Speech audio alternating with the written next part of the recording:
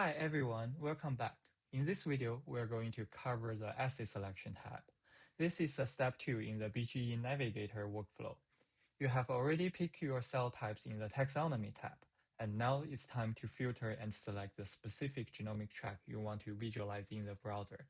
There is a lot of power here, so let's walk through it. When you click on the Assay Selection tab, you will see a table showing all the tracks that match to a taxonomy selection. Each row representing one track, or one data file that you can load into the genome browser.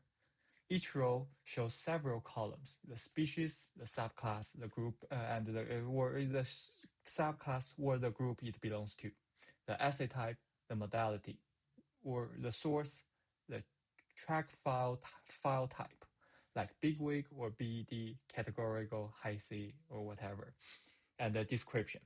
There is also a checkbox on the left side of each row for selection.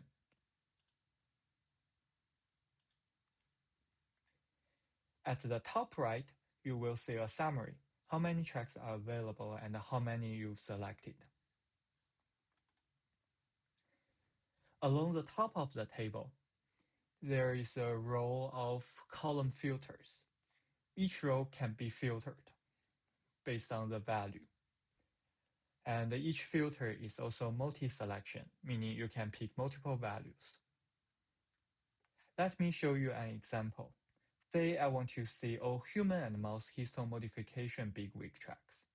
I will select human and mouse from the species.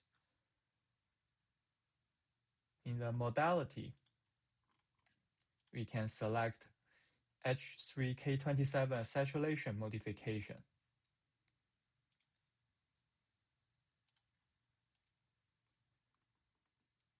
And now the table shows only those tracks. Very clean. And you can select all filtered tracks. Use this button, select all filtered.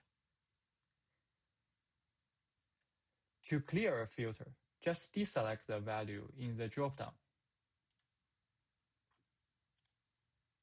Or remove the filtered text. Every column header is clickable for sorting. Click once to sort ascending, click again for descending, then click a third time to clear the sort. The table is also paginated. You can change the page size at the top.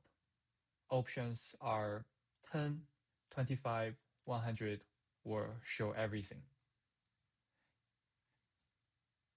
There is also a download button, usually shown as a download TSV button, and that lets you export your selected tracks as a tab-separated file, TSV. This is useful if you want to keep a record of what tracks you selected or use them for analysis. When you are happy with the selection, click the Next button. This switches you to the Browser tab. You've selected tracks and now loading into a WashU epigenome browser. And that's it. You are visualizing epigenomic data. That's the Assay Selection tab. Next, we will explore the Browser tab. See you there.